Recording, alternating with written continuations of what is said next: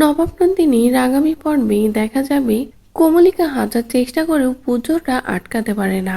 এরপরে কমলিকা প্রমোটারকে বলে, আপনি কি বুঝতে পারছেন এখন আমার আর আপনার মাঝে বাধা শুধু একজনই আছে? কে সেটা বুঝতে পারছেন তো? ওই মেয়েটা। যেটা শুনে প্রমোটার বলে, ম্যাডাম আপনি কেন এত চিন্তা করছেন? আপনি শুধু একটাবার গ্রিন সিগন্যাল দিন, তারপরে ওই মেয়েটা কিভাবে উড়ে যায় আপনি দেখুন না। অন্যদিকে সকলে একসাথে আনন্দ করতে থাকে।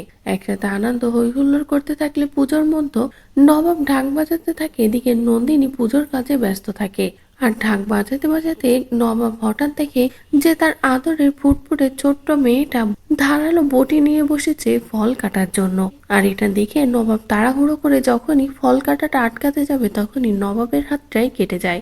নন্দিনী নবাবের হাতে তাড়াহুড়ো করে একটা কাপড় বাঁধতে থাকে নবাবের হাতের রক্তটা বন্ধ করার জন্য, কিন্তু রক্ত পড়তেই থাকে। যেটা দেখে নন্দিনী বলে, আপনি একটু শান্ত হয়ে বসুন, কিন্তু নবাব কোনোভাবেই শান্ত হয়ে বসে না। হঠাৎই তাড়াহুড়ো করে সেখান থেকে উঠে চলে যায়, যেটা দেখে অবাক হয়ে যায় নন্দিনী।